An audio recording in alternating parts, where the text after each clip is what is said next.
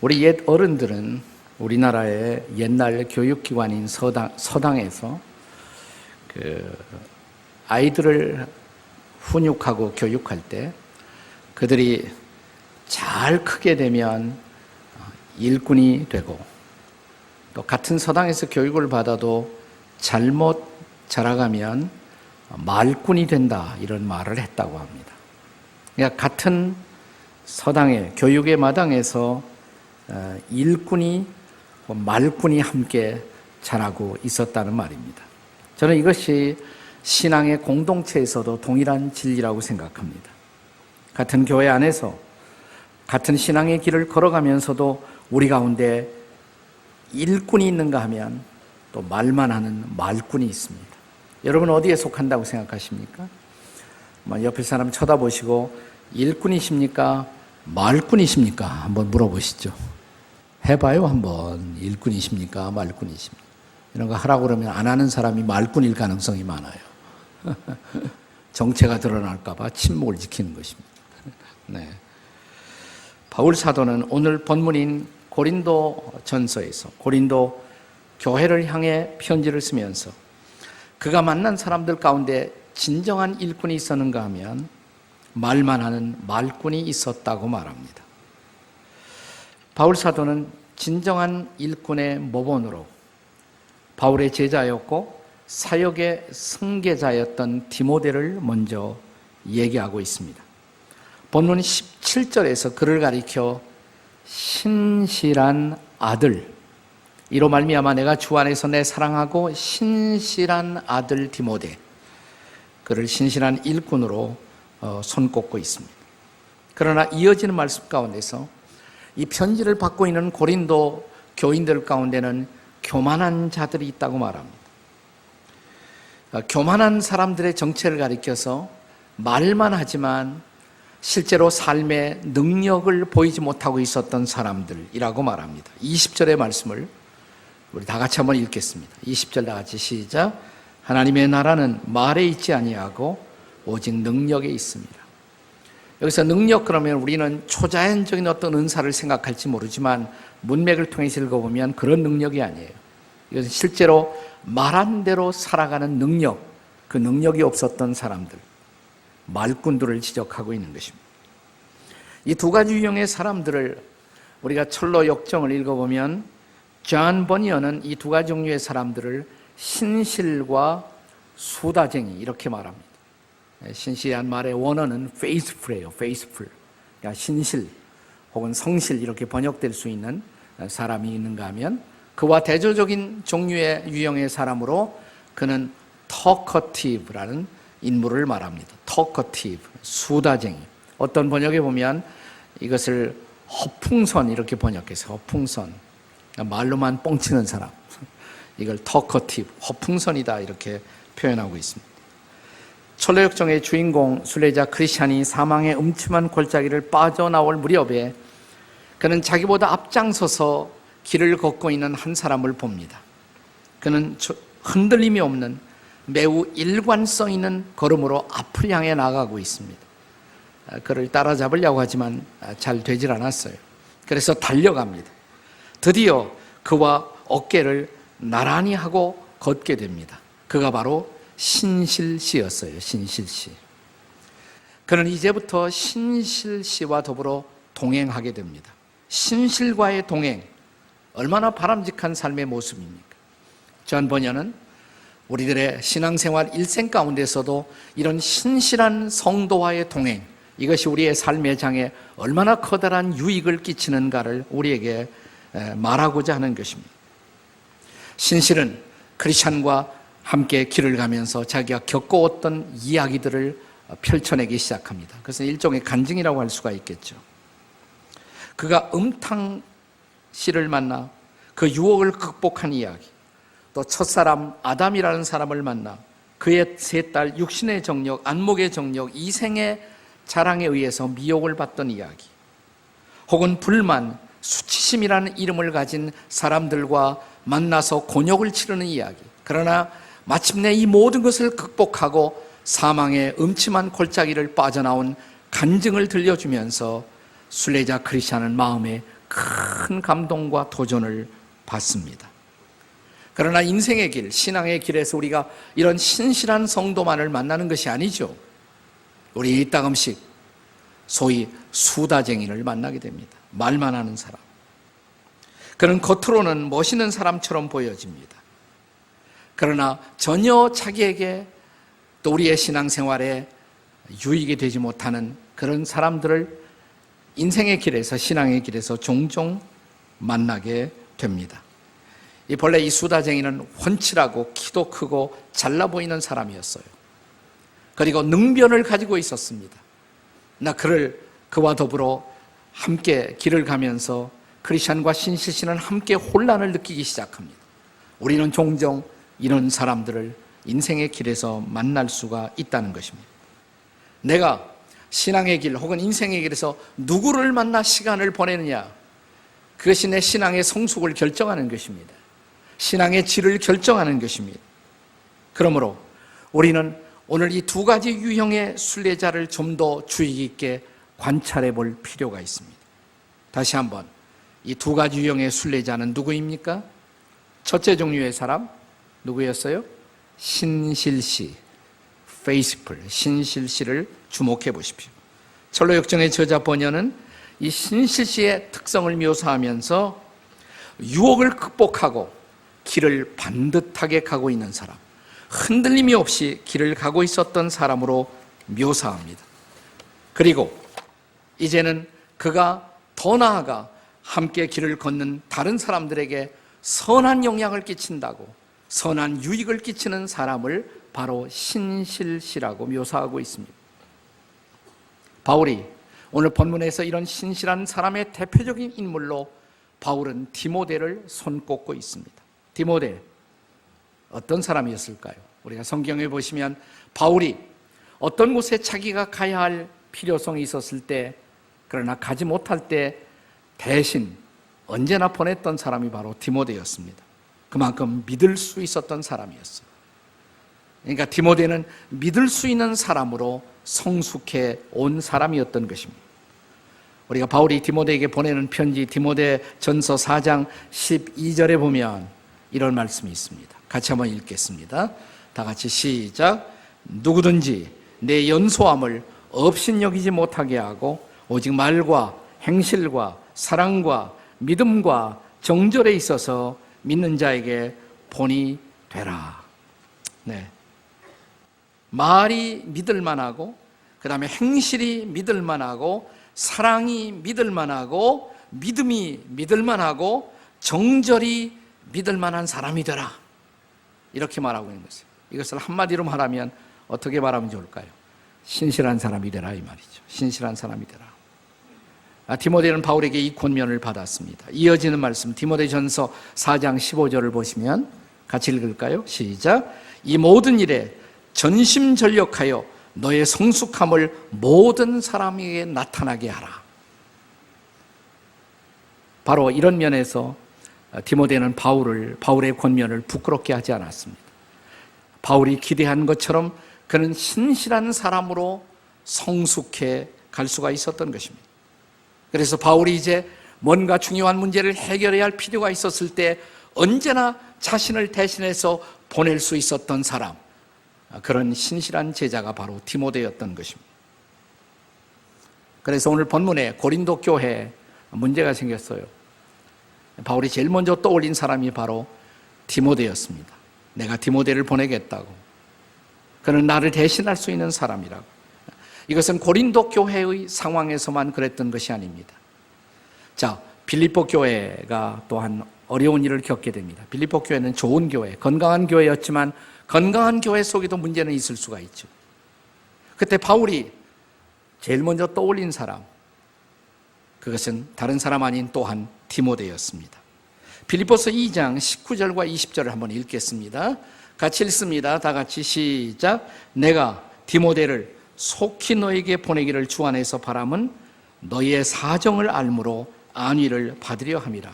이어지는 20절 다 같이 시작. 이는 뜻을 같이하여 너희 사정을 진실히 생각할 자가 이 밖에 내게 없습니다. 나를 대신해서 너희 사정을 진실이 생각해 줄 수 있는 사람, 너희를 위로할 수 있는 사람, 그가 바로 디모데다. 이것이 바로 디모데였어요. 근데 우리는 이런 얘기를 듣고 있으면 디모데라는 사람은 아마도 천성이 성실한 사람이었던 모양이다, 이렇게 우리가 간주할 수가 있을 것입니다. 근데 그렇지 않아요. 반드시 우리는 성실을 천성으로 돌릴 수는 없습니다. 만약 성실이 천성에만 기인한 것이라면 타고난 사람, 어떤 사람은 아주 타고난 성품이 성실하다, 그러면 성실하라고 권면할 필요가 없잖아요. 성실하지 못하게 타고난 사람은 아무리 권면해도 필요가 없으니까. 근데 오늘 바울 사도는 디모데에게 있었던 성실함이 단순히 타고난 덕이 아니라는 것을 강조합니다. 뭘 강조한지 아세요? 디모데가 이렇게 될 수 있었던 중요한 원인, 빌립보서에 이어진 말씀에서 우리는 그 비밀을 발견합니다. 자, 빌립보서 2장 21절, 22절을 같이 읽겠습니다. 함께 같이 읽어요. 다 같이 시작. 그들이 다 자기 일을 구하고 그리스도 예수의 일을 구하지 아니하되, 22절, 디모데의 연단을 너희가 아나니 자식이 아버지에게 함같이 나와 함께 복음을 위해서 수고하였느니라. 여기 중요한 단어가 연단이라는 단어예요. 디모데의 연단. 그는 연단을 받았다 이 말이에요. 특별히 나와 함께 같이 복음을 전하는 그 실제적인 상황 속에서 그는 연단을 받았다. 다른 말로 할게요. 훈련을 받았다 이 말이에요.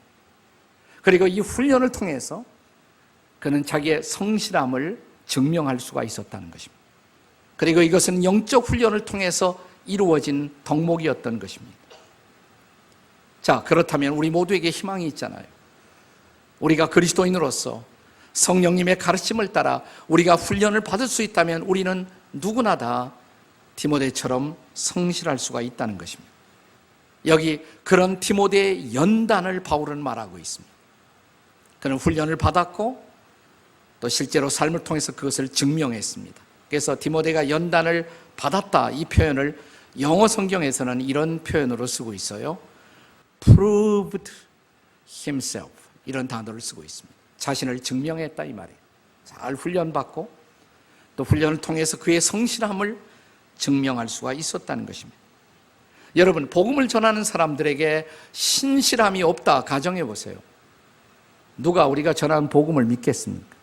내가 성실하지 못할 때 내가 전하는 복음을 누가 믿어주겠습니까? 오늘 한국 기독교의 최대의 위기는 그것입니다. 우리가 신뢰가 없어요. 그러니까 우리가 전하는 복음을 믿지 못하는 것입니다. 오늘 그리스도인들이 이 세상의 한복판 속에서 믿지 않은 사람들을 상대로 우리의 신실함을 드러내고 있습니까?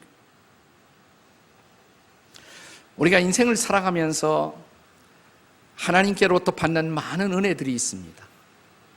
재능들이 있습니다. 은사들이 있습니다. 그런데 그 재능들 가운데 많은 부분은 하나님께서 믿는 사람이나 믿지 않는 사람이나 가리지 않고 똑같이 주시는 은혜들이 있어요. 그러니까 재능을 골라서 크리스찬에게만 하나님이 주시는 것은 아니란 말이죠. 많은 경우에는 예수를 안 믿는 사람들이 크리스찬인 나보다도 더 좋은 재능을 가진 사람들이 많잖아요. 훌륭한 미술가, 훌륭한 음악가 중에는 예수 안 믿는 사람도 많죠. 하나님은 이것을 가리지 않고 모든 사람들에게 은혜를 주신다는 것입니다. 이것을 신학에서는 뭐라고 부르냐면 일반 은총, 이렇게 부릅니다. common grace, 보편적인 은혜다. 마치 태양을 하나님이 믿는 사람 안 믿는 사람 가리지 않고 똑같이 햇빛을 주시는 것처럼 재능을 똑같이 주신다 이 말이에요. 그러나 이런 일반 은총 말고 특별한 은총이 있어요. 스페셜 그레이스가 있어요. 이것은 믿는 사람들에게만 주시는 것. 예를 들어서 성경 말씀 믿는 사람에게만 주셨잖아요. 자, 이 말씀을 통해서 예수 믿고 구원받는 것, 이건 특별한 은총이에요. 스페셜 그레이스예요. 그런데 우리가 예수 믿고 나서 예수님의 제자로서 하나님의 자녀로서 하나님을 닮아가는 것, 이것도 특별한 은총이에요. 저는 그 중에 하나가 성실이라고 생각해요. 우리에게 왜 성실의 덕목이 필요한가? 그것은 우리의 아버지가 성실하신 하나님이기 때문에, 우리가 따르고 있는 우리를 구원하신 주님이 바로 신실하신 주님이기 때문에, 내가 그 성실하신 하나님의 자녀라면, 내가 성실하신 주님의 제자라면 우리의 삶이 어떻게 되어야 할까요? 저는 우리 크리스천들이 안 믿는 사람과 여러 면에서 재능이 떨어질 수도 있고 또 그것을 감수할 수도 있어야 한다고 생각합니다. 그러나 믿지 않은 사람들에게 절대로 지지 말아야 할 한 덕목이 있다고 생각해요. 그것이 바로 성실이에요. 우리가 하나님의 자녀라면 성실에 관한 한 안 믿는 사람에게 지지 말아야 합니다. 내가 그 성실하신 하나님의 자녀인데, 신실하신 예수님의 제자인데 성실하지 않다? 그건 있을 수가 없는 거랍니다. 여러분, 구약 성경이 하나님의 속성을 강조하면서 주신 말씀, 신명기 7장 9절을 한번 읽어보세요. 함께 읽겠습니다. 시작. 그런즉 너는 알라, 오직 네 하나님 여호와는 하나님이시요 신실하신 하나님이라. 그를 사랑하고 그의 계명을 지키는 자에게는 천대까지 언약을 이행하시며 인애를 베푸시고 성실하신 하나님, faithful God. 하나님은 성실하시다. 구약에만 강조하는 것이 아니에요. 이것은 변함없는 신약 성경의 강조이기도 합니다. 자, 고린도전서 1장 9절을 함께 같이 읽겠습니다. 다 같이 읽습니다. 시작. 너희를 불러 그의 아들 예수 그리스도 우리 주와 더불어 교제케 하시는 하나님은 미쁘시도다. 여기 미쁘시다는 단어가 나와요. 이게 이쁘시도다가 아니에요. 미쁘시다. 다른 말로 말하면 신실하시다 이 말이에요. 하나님은 신실하시다. 우리를 불러 예수 믿게 하시고 하나님과 교제하며 살게 하시는 그 하나님은 신실하신 하나님이시다 이 말이에요. 자, 그 하나님이 여러분과 저를 불러 하나님의 자녀 삼으셨고 예수님의 제자 삼으셨어요. 그렇다면 우리는 하나님의 자녀답게, 그리스도의 제자답게 성실을 잃어버린 세대 속에서 우리만이라도 성실해야 마땅하지 않겠습니까? 우리가 안 믿는 사람보다 정직합니까? 약속을 지킵니까? 우리 말에 책임을 지고 있습니까? 그런 성실함을 보여주고 있습니까? 우리가 이 성실한 주님을 섬기면서 우리 안에 드러내야 할 가장 중요한 덕목, 그것이 바로 성실함이라는 사실입니다. 그런데 우리가 인생의 길에서 종종 만나는, 심지어 교회의 마당에서 만나는 사람들 가운데 그렇지 않은 사람들이 있잖아요. 이제 우리가 여기 경계해야 할 순례자가 있습니다. 경계해야 할 순례자. 이게 바로 수다쟁이에요. 두 번째 순례자, 대조적인 순례자, 말만 하는 사람들. 서양 속담에 이런 말이 있습니다. 여러분의 친구를 보여주십시오. 그러면 나는 당신이 어떤 사람인지 말할 수가 있을 것입니다. Show me your friends, then I will tell you what kind of person you are. 여러분의 친구를 보여주면 여러분이 어떤 사람인지 내가 말할 수가 있다고. 친구들에게 영향을 받기 때문에 그런 거예요. 여러분의 친구들 어떤 사람이세요? 친구들하고 노는 거 보면 여러분이 어떤 사람인지 알 수가 있다 이 말이죠. 내가 신실한 사람들과 더불어 산다면 그 영향이 내게 없을 수가 없잖아요. 그래서 인생의 동행자는 매우 중요한 것입니다. 자, 순례자 크리스찬이, 자, 이 순례길에서 만난 신실 말고 이제 수다쟁이는 도대체 어떤 사람이었을까요? 크리스찬은 신실에게 이 수다쟁이를 우리가 경계할 필요가 있다. 그러면서 그가 잠시 그와 더불어 교제해 본 결과를 폭로하기 시작합니다. 어떤 사람이냐면 그의 말은 그럴듯하지만 그의 인격은 그를 증명하지 못하는 사람이라. 말과 행실이 다른 사람이라는 것입니다.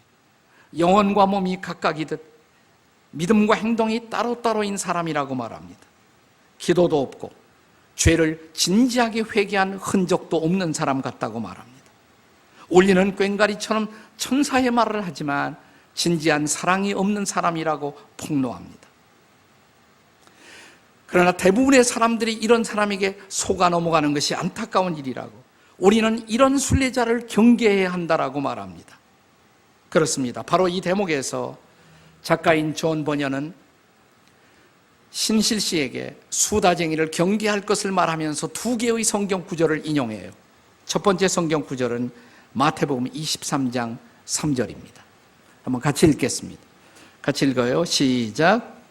그러므로 무엇이든지 그들이 말하는 바는 행하고 지키되 그들이 하는 행위는 본받지 말라. 그들은 말만 하고 행하지 아니한다. 네. 자, 이 말씀 속에서 이건 사실 예수님이 하신 말씀인데 누구를 대상으로 해서 이 말씀을 하신 줄 아십니까? 바리새인이었어요. 바리새인. 예수님 당시에 바리새인들이 그런 사람이었어요. 바리새인들이 성경 많이 알았어요. 능숙하게 성경을 인용합니다. 네, 불행히도 그들의 삶은 그 말씀을 증명하지 못하고 있었던 것입니다. 이게 바로 바리새인이에요. 자, 그 다음으로 인용하고 있는 말씀이 바로 오늘 본문이에요. 고린도전서 4장 20절이었던 것입니다. 한 번 더 읽겠습니다. 자, 고린도전서 4장 20절 한 번 더 시작. 하나님의 나라는 말에 있지 아니하고 오직 능력에 있습니다. 이미 서두에 말씀을 드렸습니다만 우리 능력 그러면 얼른 우리는 어떤 초자연적인 은사, 굉장한 기적을 행하는 능력을 생각할지 몰라요. 그러나 문맥을 따라 읽어보면 여기서 말하는 능력은 그런 능력이 아니에요. 말한 대로 살아가는 능력이에요. 말한 대로 살아가는 능력. 네, 이게 바로 신실성이죠. 말한 대로 살아가는 능력.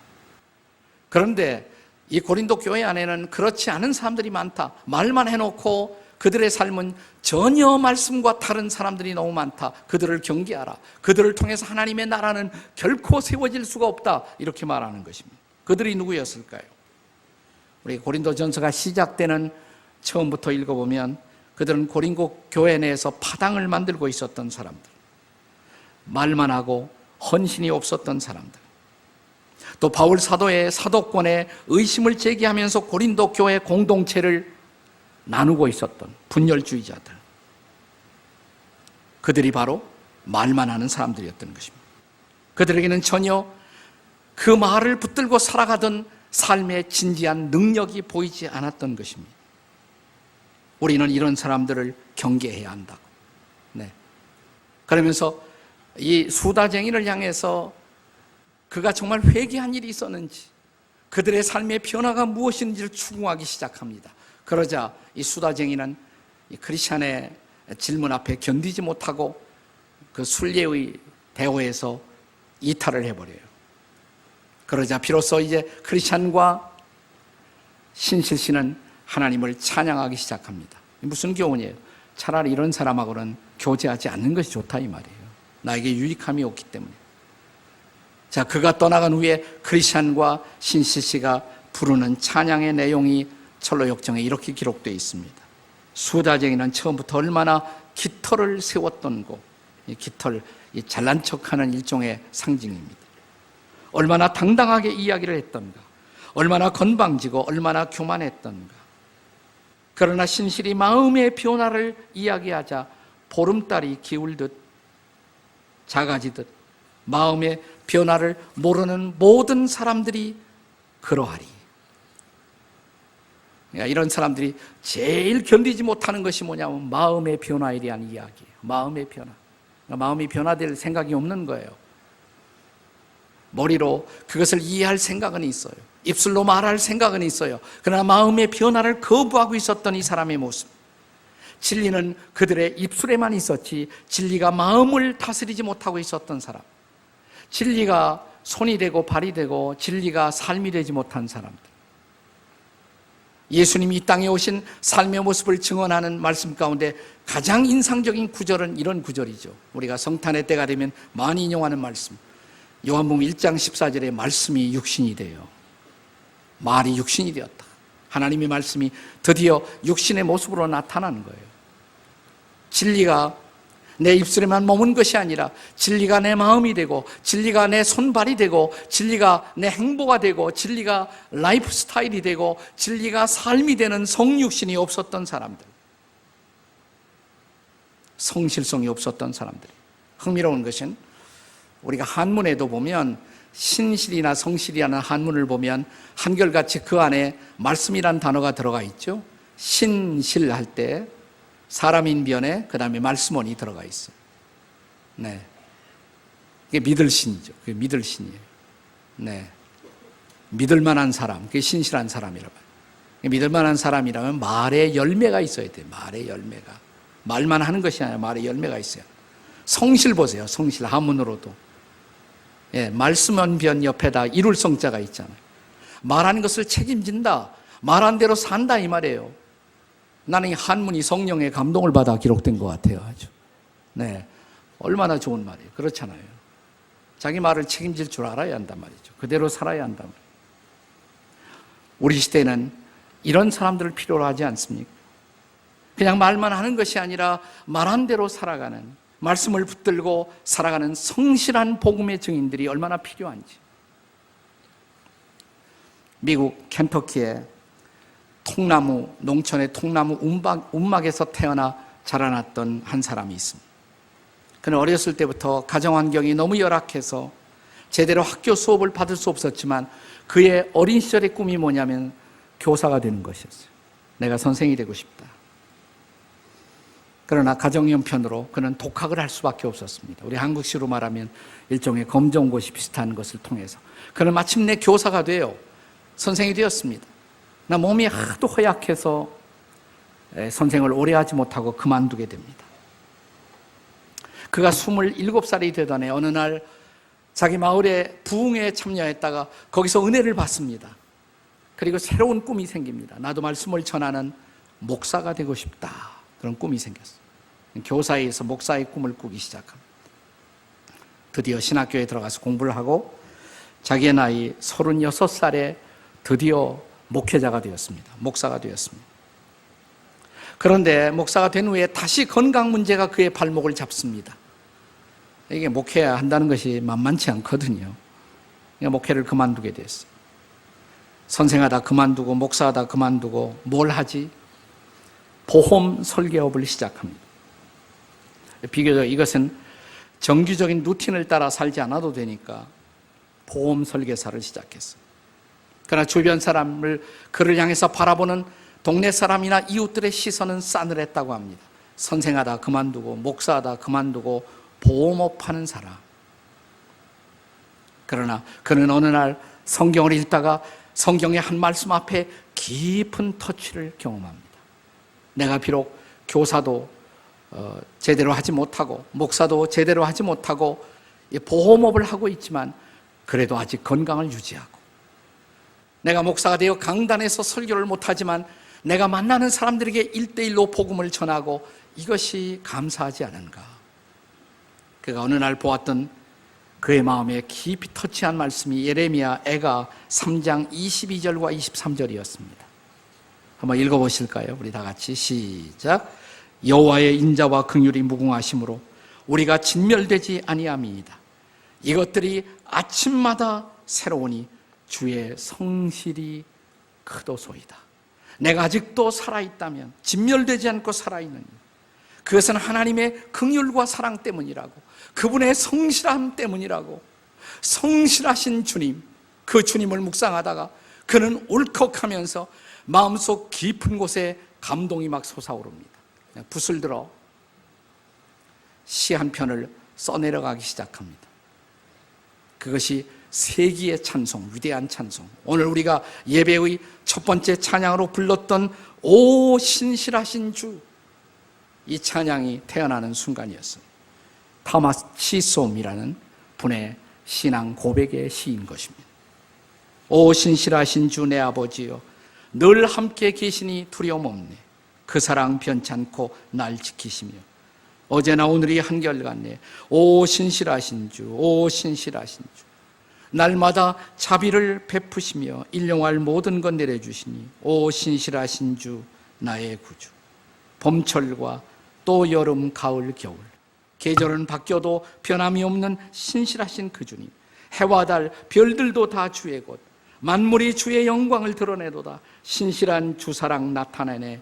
오 신실하신 주, 날마다 자비를 베푸시며 일용할 모든 것 내려주시니 오 신실하신 주 나의 구주. 요즘 혹시 보신 일이 있는지 모르겠습니다만은 우리 많은 사람들의 마음속에 잔잔한 감동을 준 우리 고 옥하는 목사님의 영화가, 제자 옥하는이 우리 마음속에 큰 그런 감동을 주고 있습니다. 저에게서는 큰 형님과 같은 분이에요. 제 생애 속에 아주 좋은 영향을 주었던 분입니다. 그분의 무덤이 안성 사랑의 수양관 안에 있는데 저는 갈 때마다 거기에 쓰여진 글자 하나가 제 가슴 속에 깊은 도전으로 늘 다가옵니다. 신실한 제자가 되겠습니다. 그분이 이 세상을 떠나자마자 걸렸던 그분의 생애를 추억하는 간결한 증언이 바로 그 표현입니다. 장례 무덤 앞에 쓰여 있는 표현에도 신실한 제자 옥하는, 참 신실하신 분이에요. 설교 한 편에도 얼마나 정성을 다했는지, 저는 그분에게 성실을 다하는 설교의 준비를 배웠어요. 나도 저렇게 해야겠다. 또 성실하게 한 사람 한 사람을 가르쳐 제자로 삼으렸던 그분의 열정, 또 심지어 이런 것도, 아주 옛날에 저희 몇 사람을 모아놓고, 지금은 좀 달라졌지만 옛날 얘기입니다만, 야, 우리 골프 같은 거, 그 위화감이 있는 거 우리는 하지 말자. 우리만이라도 하지 말자. 예, 그렇게 하겠습니다. 대답해놓고 평생 저는 그래서 골프를 못 쳤어요. 네.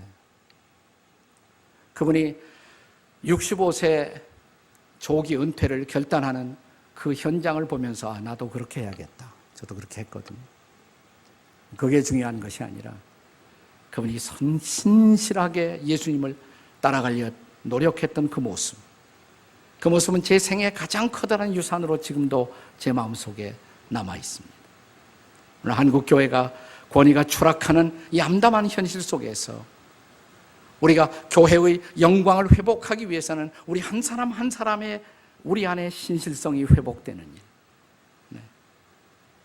날마다의 삶의 장에서 우리가 어떻게 하나님의 자녀로서 그리스도의 제자로서 이 신실성을 드러내며 오늘을 살고 있습니까?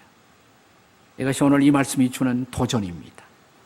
한 해가 지나가기 전에 다시 한번 이 말씀을 붙들고 그대로 살아가는 신실의 결단, 이것이 한 해의 마무리가 될 수 있기를 주의 이름으로 축복합니다.